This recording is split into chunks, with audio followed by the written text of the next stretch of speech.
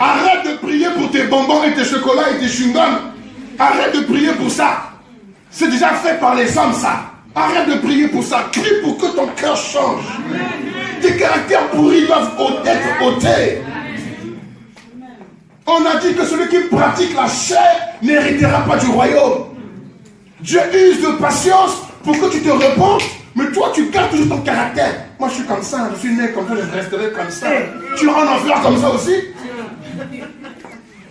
Tu vas en enfer comme ça, tu vas découvrir la véritable colère. Non, tout homme peut changer. Toute personne peut changer. Que personne ne te montre, tu peux changer. Là où tu es là, tu peux changer. Il suffit que tu le veuilles. Si tu le veux de tout ton cœur, tu ouvres ton cœur au Seigneur. L'Esprit va te convaincre que la vie que tu mènes n'est pas une bonne vie.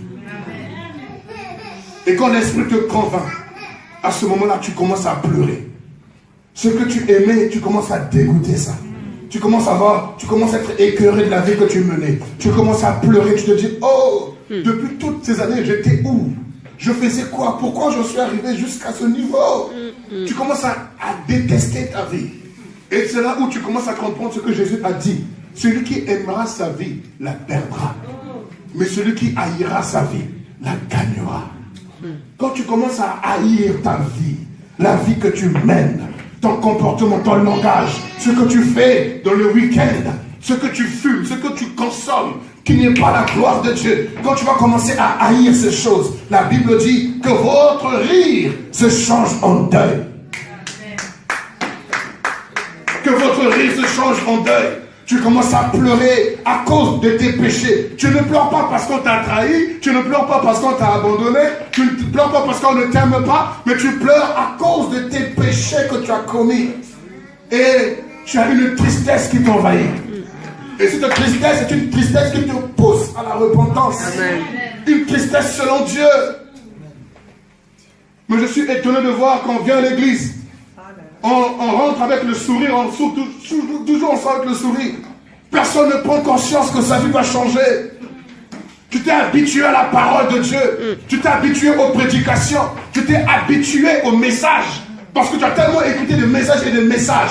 Je prie Dieu que ce message de cette année t'amène à pleurer. Amen. Tu es bien habillé, bien parfumé, bien maquillé. Il faut que tu pleures. Amen. Sur ta vie. Fouiller, ce n'est pas grave. Quitter l'église, ce n'est pas grave. Mais ne quitte pas Jésus. Au jour d'aujourd'hui, les chrétiens, à cause de ce qu'il y a de McDo, des Quick, de Burger King, il y a tous des KFC, on nous propose des self-service. Et aujourd'hui, les églises sont devenues comme des self-service. Oh, aujourd'hui, je vais aller au KFC. Tiens, non, demain, je vais aller au Quick. Dimanche prochain, non, je vais aller au McDo. Dimanche prochain, non, je vais aller au Burger King. Ah ouais. Comment tu peux changer d'église en église comme ça, quand tu allais au KFC, au Quick, au McDonald's? Franchement. Non, parce que là-bas, le KFC, là, c'était un peu trop fort. Le piment était trop. Ce n'est pas les arômes que j'apprécie, que j'aime. Le goût n'était pas trop ça. Donc je vais aller un peu au Burger King. Alors tu vas aller au Burger King, ouais, bof. C'était bien. Maintenant, je vais un peu au Quick. Parce que j'aime trop les frites de Quick. Oh. Et tu vas d'église en église comme ça. Quand tu sers Jésus, c'est un service commandé. C'est le menu du jour, c'est tout. Il n'y a pas de carte. Il n'y a pas que voulez-vous manger aujourd'hui? Spaghetti ou potatoes?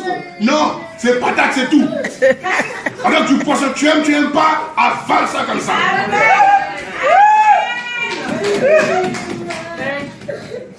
Vous aimez trop les choix. Vous aimez trop le self-service. Il n'y a pas de self-service. C'est un service commandé. C'est un service, même pas la carte. C'est un menu du jour qui est imposé. Et tu prends ça. Écoutez-moi bien, même vous, quand vous préparez le menu dans vos maisons, vos enfants n'aiment pas ça. Vous faites quoi? Manger. Alors vous aussi mangez. Vous serez content que vos enfants sortent. Eh papa et maman, j'arrive. Je vais donner le cahier. Parce que comme c'est le cahier, le cahier de devoir. En vérité, il va au kebab à côté. Il va se taper un kebab, il rentre. Allez, viens à table. Oh non, maman, j'ai pris faim. Tout ça parce que tu as un menu qui ne correspond pas. Et après, qu'est-ce qui se passe? Le kebab du voisin d'à côté donne la gastro. Et la gastro contamine les frères et les soeurs dans toute la maison. Et c'est comme ça toi aussi. On te donne un message, la repentance. Oh non, c'est trop épicé. Je veux voir un peu chez le voisin. Tu vas prendre un kebab, un fast-food à côté. Tu ramènes la gastro dans l'église. Et tu contamines les gens avec la gastro spirituelle. Mangez. Prenez et mangez-en tous. Car ceci est mon corps, livré pour vous.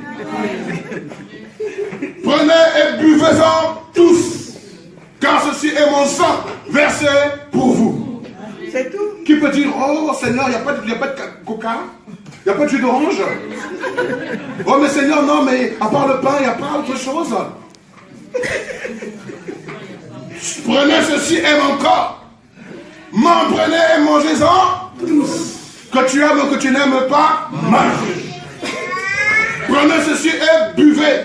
Que tu aimes ou que tu n'aimes pas, bois. Car celui qui mangera et boira sera sauvé. Et il aura la vie. D'où nous vient la notion d'aller de KFC en KFC, de quick en quick, de Burger en Burger King? Quoi? Je sais pas. Bisa Lily. Et dans la vie naturelle, je ne suis pas contre toutes ces marques-là, je ne suis pas contre eux. Vous pouvez aller manger, il n'y a pas de problème. Mais je prends une histoire naturelle pour expliquer les réalités surnaturelles. C'est ça. Alléluia. C'est très important. Imaginez-vous, moi je me prépare, je médite la parole de Dieu, je prépare un menu excellent. Mais toi, non, dimanche, je ne vais pas venir à l'église, je ne vais pas venir, je vais aller un peu visiter. Qui t'a invité pour aller visiter? Voilà, tu vas aller visiter. Tu deviens touriste. Ce sont les touristes qui visitent. Ramène-moi ton appareil photo. Va en short. Va en sangleton. Tu es en visite, tu es un touriste. Est-ce qu'on te donner un visa même de touriste pour aller visiter? Moi, je ne vous comprends pas, chrétien, je ne vous comprends pas. C'est ça. Je vais aller visiter, je vais aller voir ailleurs. Voilà l'infidélité, comment ça commence. Je vais aller voir ailleurs. Tu vas aller voir quoi? Les jupons? Tu vas aller voir quoi ailleurs? Tu vas aller voir quoi? Je vais aller voir ailleurs. Donc ça veut dire que là, la nourriture comme ça, ici, là, c'est les plus sains. Mais c'est cette nourriture qui t'a donné les muscles que tu as aujourd'hui. Cette nourriture qui a fait de toi ce que tu es aujourd'hui. Maintenant, tu craches dans la soupe. Tu craches dans ton assiette. Je vais aller voir ailleurs. Chez Burger King. Je vais aller voir ailleurs un peu pour voir comment ça se passe chez KFC. Si vous aimez le KFC, dites à maman, papa, maman, tu peux nous préparer le KFC aujourd'hui? Pasteur, prêche-nous un peu sur le retour de Jésus. Pourquoi? Vous voulez avoir peur? Non, toujours aussi, repentez-vous, repentez-vous, repentez-vous, repentez-vous, repentez-vous, repentez-vous, repentez-vous. On ne prêche pas l'excellence, on ne prêche pas le développement personnel, on ne prêche pas comment devenir grand dans la société. Pour devenir grand, il faut te repentir. Il n'y a qu'un seul secret. Tu veux devenir grand, repens-toi. C'est tout. Reste au pied du Seigneur et t'élèvera au temps favorable. Comment tu veux devenir grand? Oh, lis les livres, tu médites la parole, tu répètes que je suis grand, je suis grand, je suis grand, je suis grand, et tu finiras par devenir grand. Voilà, les gens aiment des messages comme ça. Non, tu veux devenir grand, repens-toi. Il a dit le plus petit dans le royaume est plus grand que Jean-Baptiste. Le plus petit dans le royaume. Qui est dans le royaume? Celui qui s'est repenti. Celui qui se repent sincèrement. Et qui dit Seigneur, ma vie t'appartient. Il est plus grand que Jean-Baptiste. Tu veux devenir grand? Repens-toi. Vous avez déjà dans un restaurant chinois, vous dites aux Chinois, donnez-nous un peu du pain, donnez-nous du pain, je veux manger du pain.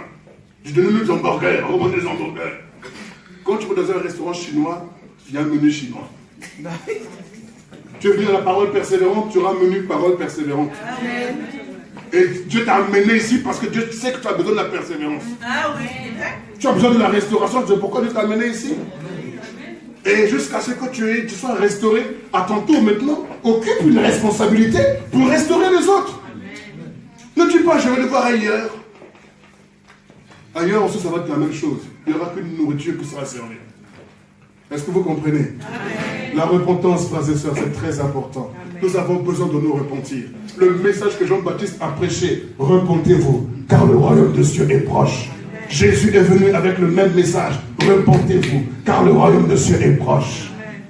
Et avant que l'église ne soit enlevée, le message de la repentance doit revenir. Amen. Pour préparer l'église à l'enlèvement. Pour que les gens comprennent qu'on ne vit pas comme on veut. On doit vivre la vie que le Seigneur a établie pour nous.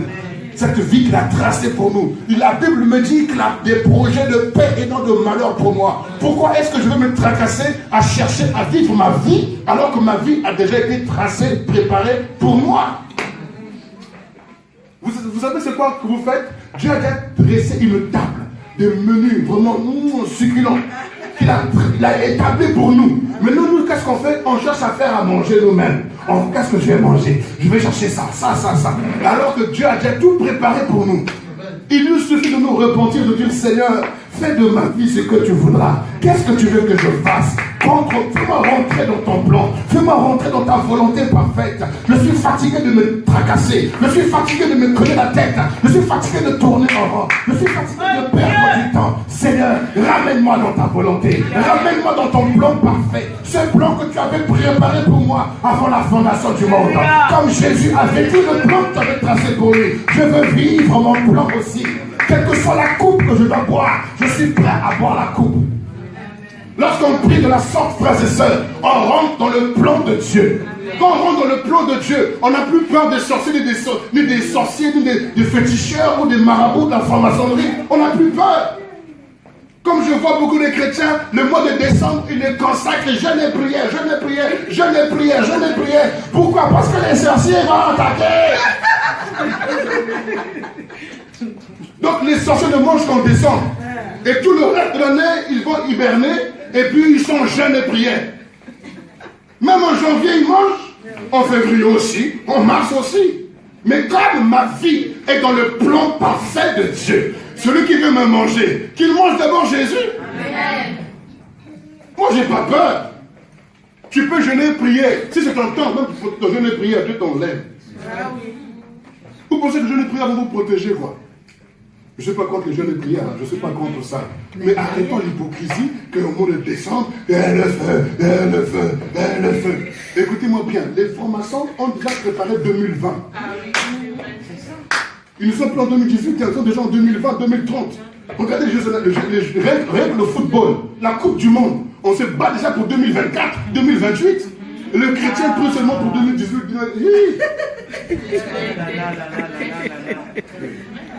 C'est vrai. Levons la tête un peu, voyons plus loin. Voyons plus loin que 2018, plus loin que 2019. Et là, pensez-les, je déclare cette année. Les francs-maçons viennent dépasser toutes ces années-là. Ils ne sont qu'en train de vivre ce qu'ils avaient planifié déjà depuis. Et le Seigneur dira que les enfants de ce siècle sont plus sages que les enfants du royaume. Arrêtons un peu nos mascarades là, arrêtons un peu ça. Levons la tête, voyons plus grand, voyons plus loin que ça. Et Dieu. Il n'y a pas d'amen, c'est pas grave. On est trop dans les religions, on doit se repentir.